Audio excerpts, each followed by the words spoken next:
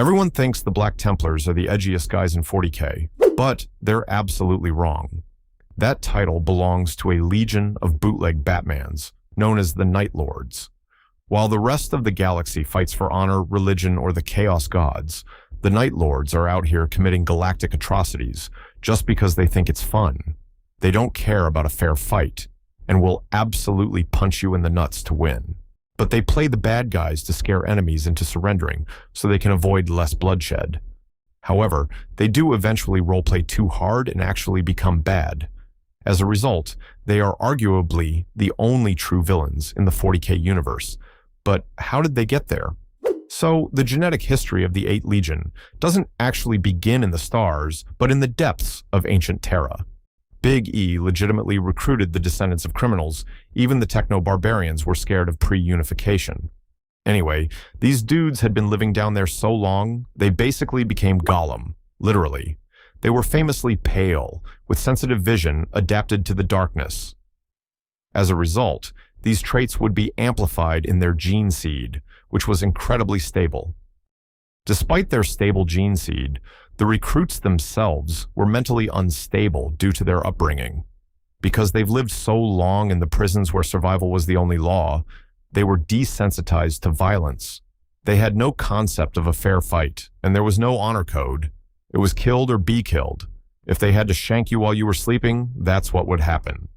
This shaped the early 8th Legion into a force of silent killers rather than boasting warriors.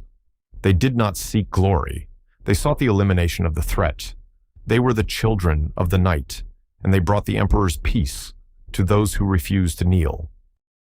And their primarch, Konrad Curze, would eventually be found on the shithole planet, Nostromo. Just imagine Gotham City, but way fucking worse. Murder, extortion, and being violently violated were the norm. To make matters worse, while his brothers were getting raised by noble kings or badass gladiators, Curze's gestation pod had crashed straight through the crust and into the planet's molten core. He wasn't nurtured like his brothers. He had to dig himself out of the wreckage and grew up in the shadows like a ninja turtle. And also, unlike his brothers, his rise to power didn't involve any fancy speeches, diplomacy, or uniting the tribes. His grand political strategy was becoming the motherfucking grimdark Batman and skinning every criminal alive. He eventually got the legendary nickname, the Night Haunter, and terrified the population into submission, ruling through pure fear. Aside from being a homicidal maniac with a flaying fetish, he was also a psychic who could see the future, which mostly just gave him crippling depression and would eventually be his downfall. Anyway, at some point, Big E floats down from the sky in his blinding golden armor like Space Jesus. But Curze's psychic foresight told him this wasn't salvation. It was the start of his demise. He saw exactly how Big E was going to use him and his legion of bat freaks to commit galactic war crimes, only to gaslight him and rewrite history, so Curze looked like the bad guy. As a result, he viewed Big E as the ultimate hypocrite. Despite all this, he still leaves Nostromo to join Big E on his great crusade. After leaving his home, Curze met his sons, the 8th Legion, and he instilled a sense of justice through terror as his form of training. The early 8th Legion were crazy motherfuckers, but they understood the endgame was order through fear. Killing and terrorizing was okay as long as you reached their goal. No more, no less. To really sell the edgy branding, he officially renamed them the Night Lords, cementing their reputation as the Imperium's experts in extreme violence and psychological warfare. But then came the logistical fuck-up. Big E's HR department shifted the Legion's recruitment centers from the prisons of Terra to Curze's homeworld of Nostromo. Here's the problem. The second Space Batman left the planet, Nostromo immediately went right back to being a lawless hellhole. The corrupt nobles, who were salty as fuck about Curze keeping them in line with his terror campaigns, decided to do a little trolling with the Night Lord's recruitment pipeline. Instead of sending their best and brightest to become Space Marines, the noble houses just dumped their supermax prisoners into the recruitment lines. They boxed up the murderers, the incurable sociopaths, and shipped them off to get gene seed and power armor. Turns out, giving these unhinged degenerates godlike strength and bolters was a bad idea. The demographic shift completely gutted whatever morality the Legion had left. They went from committing atrocities because it served a purpose to committing atrocities because skinning people alive makes them hard.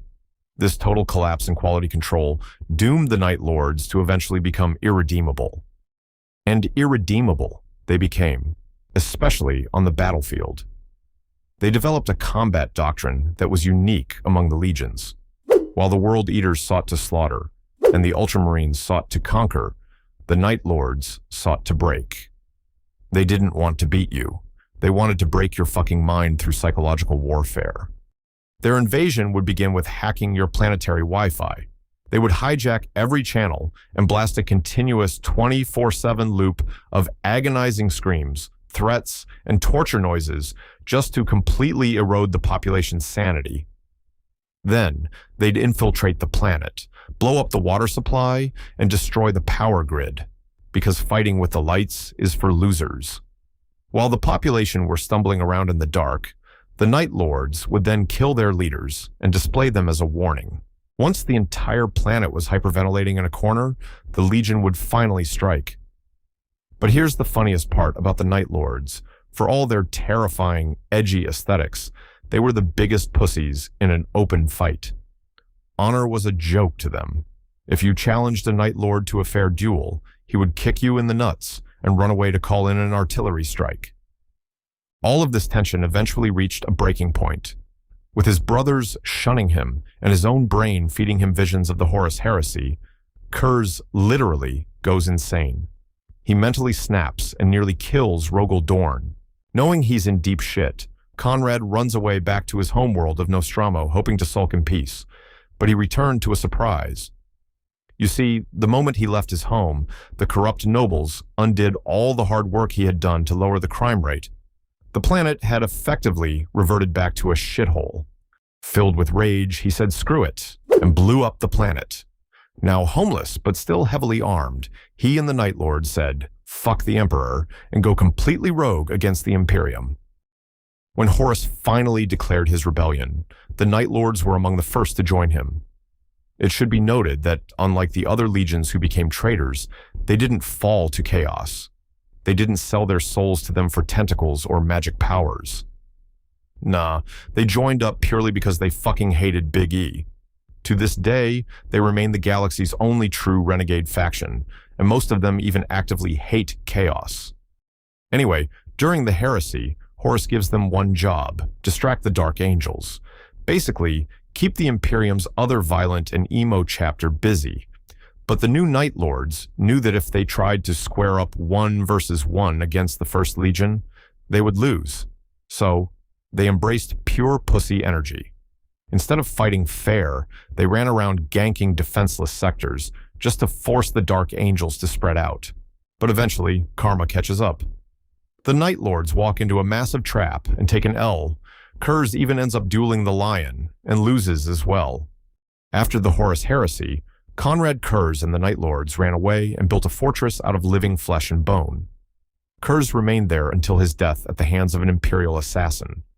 Because of his foresight, he knew she was coming, but instead of fighting back, he just let her chop his fucking head off.